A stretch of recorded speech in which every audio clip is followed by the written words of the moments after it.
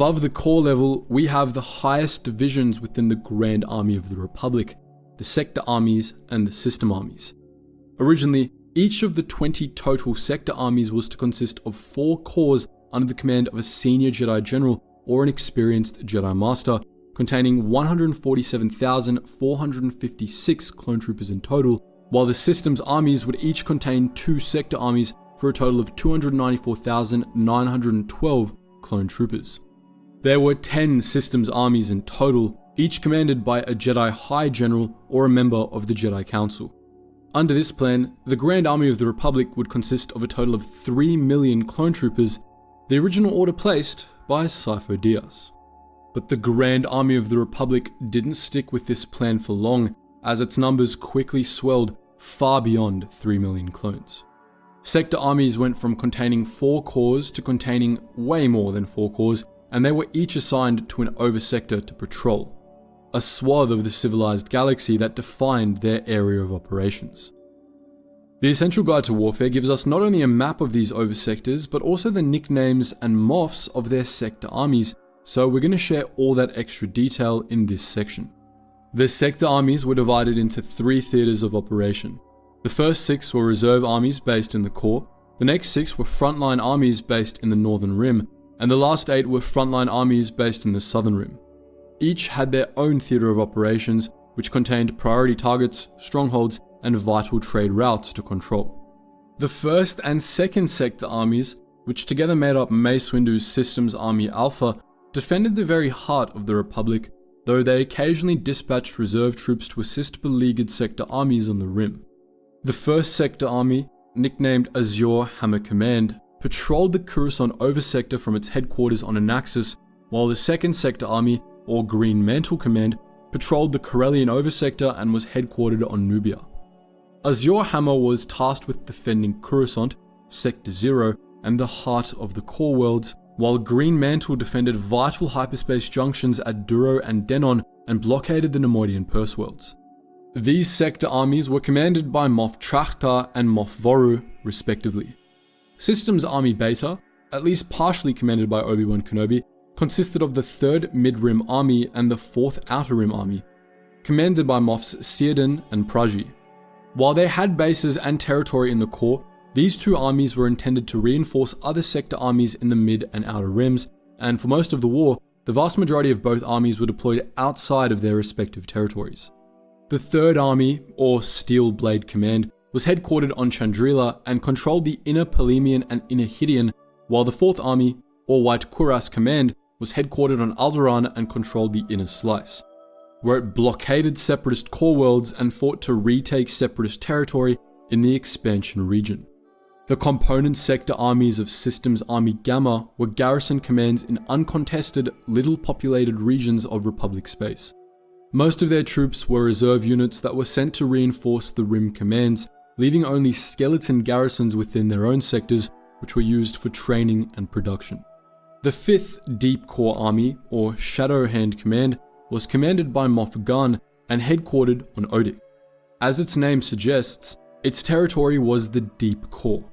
Moff Weblin's 6 Negative Regions Army, or Black Sword Command, was based at Praxalis all the way out in the Negs, the backwater worlds west of Coruscant.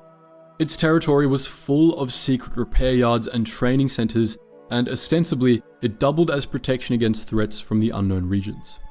The northern theater of the galaxy was divided between Systems Army Delta, Epsilon, and Zeta from west to east.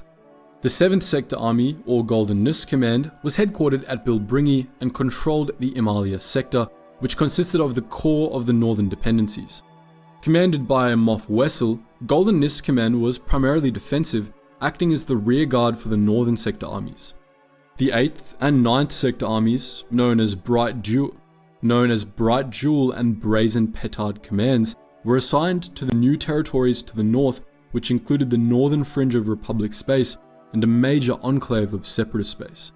Bright Jewel Command was headquartered at Ord Mantell, commanded by Moff Vanko, and patrolled the Ord Mantell oversector, while Moff Wessex Brazen Petard Command was headquartered at Parin Minor and patrolled the Relgim oversector. The 8th Army saw some of the fiercest fighting of the war as it was tasked with recapturing Munilinsk, Magito, and the surrounding region of IGBC-controlled space, while the 9th Army was tasked with breaking the separatist supply lines at Argamar early in the war. The 10th Sector Army, or Crimson Dagger Command, was another largely defensive army. Based on Taurus and the Queliover sector, Crimson Dagger was commanded by Moff Taniel and tasked with protecting the Outer Hideon and keeping a watchful eye on Mandalorian space. The 11th and 12th Sector Armies had more eventful assignments. The 11th Army, or Blazing Claw Command, was headquartered at Corfir in the Gordian Reach Oversector under Moff Renau, and it had two main jobs: to press the offensive against Sereno, Selenon, and the Separatist strongholds on the Outer Hideon, and to prevent Separatist forces on the Outer Hideon and Outer Polemian from coordinating by patrolling the unclaimed territory between them. Meanwhile, Moff Thurbon's 12th Army, or Cerulean Spear Command, had the monumental task of retaking the Outer Polemian, the best defended region of Separatist space, known as the Foundry of the Confederacy. At the height of the Clone Wars, it required constant support from the 3rd Army just to hold the line in its theatre, the Maldrud Oversector, which was based at Lantils. The remaining Systems Armies Eta, Theta, Iota, and Kappa, were based in the sprawling southern sector. The 13th Sector Army, or Iron Lance Command, had the largest oversector in the GAR, but most of it consisted of hut space, where the Republic only had a presence on Toydaria. Iron Lance Command was mostly concerned with the Trans-Nebula Oversector, which it patrolled from Ord Padron.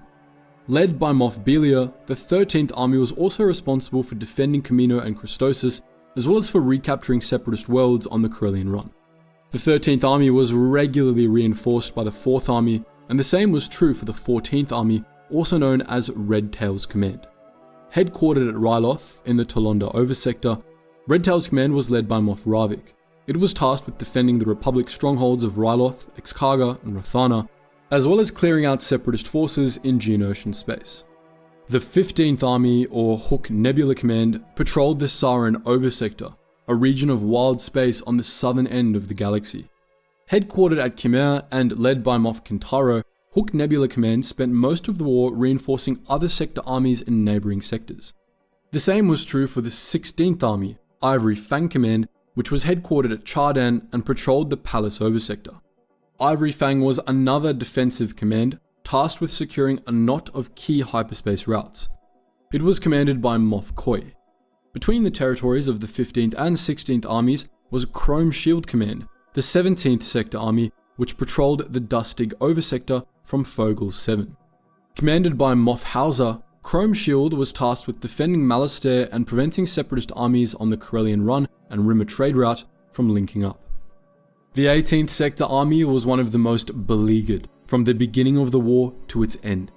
Also known as Night Hammer Command, the 18th Army patrolled the Seswena Oversector, but it spent most of the war defending its headquarters, Eriadu, which was also the homeworld of its commanding officer, who you may or may not have heard of, Moff Tarkin.